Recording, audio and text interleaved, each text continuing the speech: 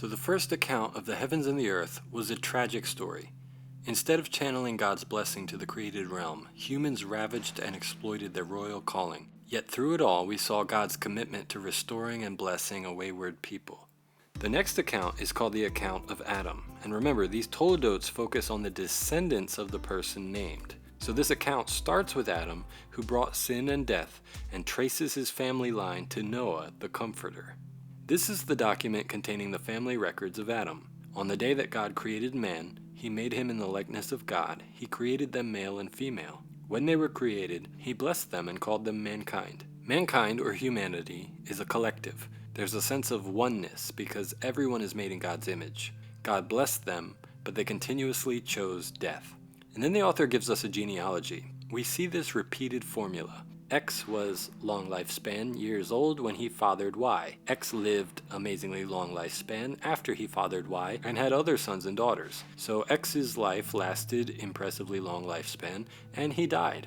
The siblings aren't named. The focus is only on one representative in each generation, which should clue us into the fact that this isn't meant to be a full family history. I think we're meant to notice these long lifespans and the echoed refrain of death, death, death.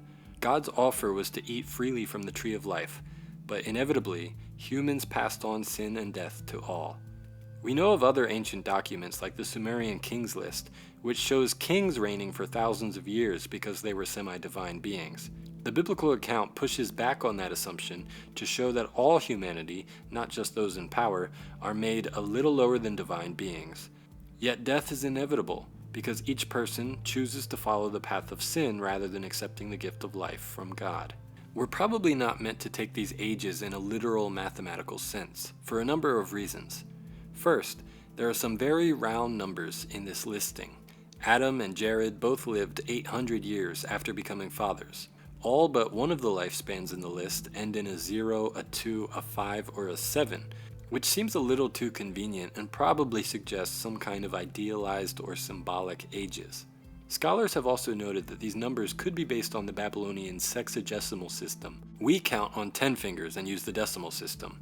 The Babylonians counted each joint of the 4 fingers to get to 12, and then multiplied 5 fingers to get to 60. We've kept remnants of the system in our 60-minute hour and our 360-degree circle. Another reason I don't think these ages are literal is because in Genesis 17, Abraham laughs at the prospect of a 100-year-old man becoming a father.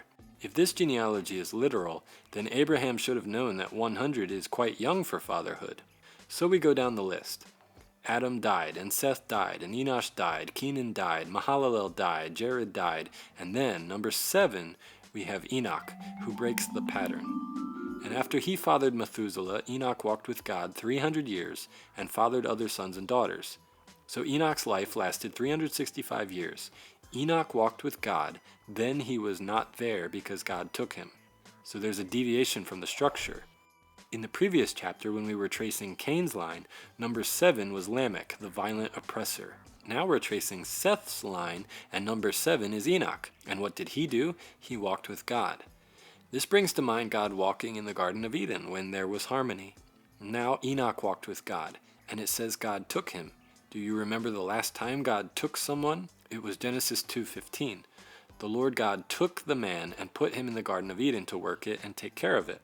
Death was taking everyone else, but God took this one man who walked with him. Walking with God is a remedy for death. When we get down to verse 28, we meet another Lamech, and like Cain's Lamech, this one speaks. But unlike the first Lamech's promise of violence, Seth's Lamech promises comfort. Lamech was 182 years old when he fathered his son, and he named him Noah, saying, "This one will bring us relief from the agonizing labor of our hands, caused by the ground the Lord has cursed." You can hear the wordplay in Hebrew. Noach will give us nacham. Remember, the ground was cursed in Genesis 3 because of Adam's disobedience. Somehow this Lamech knew or hoped that his son would someday be involved in bringing comfort from the curse. Lamech lived 595 years after he fathered Noah, and he fathered other sons and daughters. So Lamech's life lasted 777 years, then he died. There's an eye-catching number. The first Lamech was a brutal, dominating beast of a man, but here's another Lamech who hopes for comfort, and he lives a full life that signified hope in a future rest. Noah was 500 years old and he fathered Shem, Ham, and Japheth. So that gives us 10 generations from Adam to Noah. In Genesis 11, we'll get another nice package of 10 generations from Shem to Abraham. These genealogies are tightly structured to trace the line of blessing from Adam, who brought a curse, to Noah, who will bring rest, to Abraham, who is called to channel those blessings to all nations. But it won't come without significant opposition.